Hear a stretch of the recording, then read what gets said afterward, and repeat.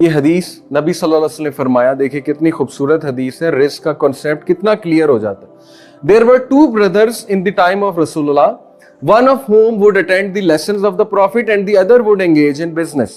The businessman complained to the prophet sallallahu about his brother and the prophet sallallahu said, perhaps you are granted provision because of him. Subhanallah.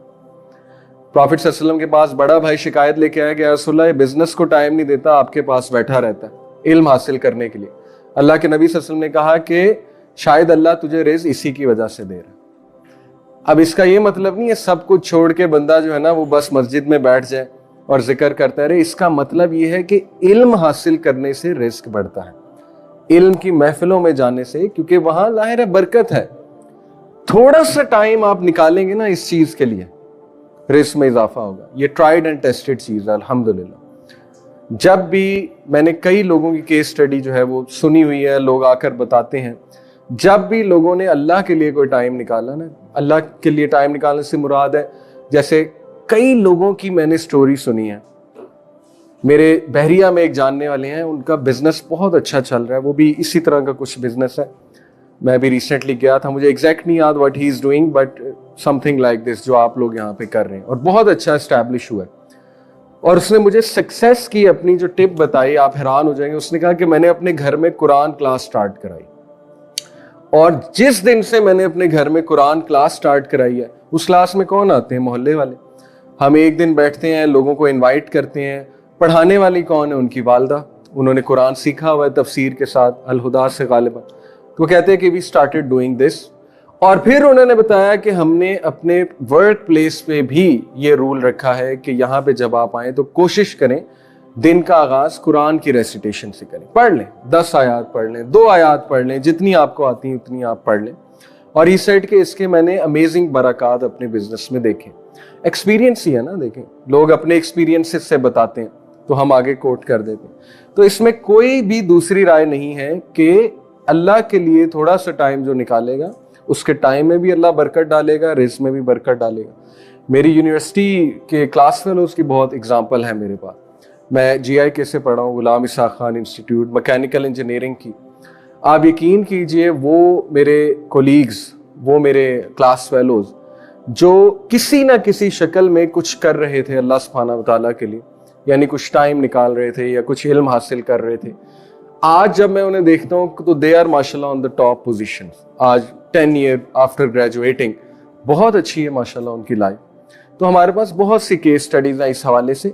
तो ये हदीस इस तरफ तवज्जो दिलाती है कि देखो अगर तुम टाइम निकालोगे नॉलेज हासिल करने के लिए तो Allah will take care of your affairs. घबराना नहीं है, मेहनत करनी है, ऐसा नहीं कि बिल्कुल ही छोड़ देना, लेकिन टाइम निकालो। Point is that. ये हदीस बड़ी जबरदस्त है कि whoever relieves the hardship of a believer in this world, Allah will relieve his hardship on the day of resurrection. दूसरों की मदद और दूसरों के लिए आसानियां पैदा करना, उनकी कोई हार्डशिप में उन्हें रिलीफ दे देना, ये बहुत सवाब का काम है और ये भी बरकत का बाइस बनती है। Whoever helps ease one in difficulty, Allah will make it easy for him in this world and the hereafter. जो भी आसानी पैदा करेगा इसके लिए अल्लाह दुनिया में भी और आखिरत में मदद करेगा। Whoever conceals the faults of a Muslim, Allah will conceal his faults in the world and the hereafter. ये बहुत इंपॉर्टेंट है। वर्क प्लेस पे बहुत सी चीज़ें ख़राब इसलिए होती हैं बैक बाइटिंग की वजह से। इस पे मैं काफ़ी ट्रेनिंग्स दे चुका हूँ। हम जाते हैं मुख्तलिफ जगहों पे और आ जाके जो बड़ा मसला होता है ना वो यही होता है गॉसिपिंग, जिसकी वजह से बदगुमानियाँ फैलती हैं, नेगेटिविटीज़ फैलती हैं। ठीक है, तो वो बंदे जो है ना वो अपने से रिस्क दूर कर रहा होता है जब वो ऐसी चीज़ों में पड़ता है, बरकत दूर कर रहा होता है अपने से। बेहतर यही है कि अगर किसी में कोई फॉल्ट आपको नजर आ गया तो उसको अकेले में जाके करेक्ट कर दिया जाए, क्योंकि दीन इस्लाम जो हमें सिखाता है वो है कि किसी को रिफॉर्म करना, डिस्ट्रॉय ना करना। ये जो डिस्ट्रॉय करने वाला कल्चर है ना, ये तो कट थ्रोट जो इकोनॉमीज हैं ये उनका कल्चर है। ये तो वेस्ट से आ रहा है, कैपिटलिस्ट सोसाइटीज का कल्चर है कि अगले की फॉल्ट फाइंड करो और उसे डिस्ट्रॉय कर दो, अपने कंपटीटर को डिस्ट्रॉय कर दो, एनिहिलेट कर दो। लेकिन दीन इस्लाम कहता है रिफॉर्म करो, उसके वेलफेयर का सोचो। ठीक है, तो ये बहुत इंपॉर्टेंट है कि फॉल्ट्स छुपाई जाएं एक दूसरे की और अकेले में करेक्शन जो है वो की जाए, समझा दिया जाए अकेले में।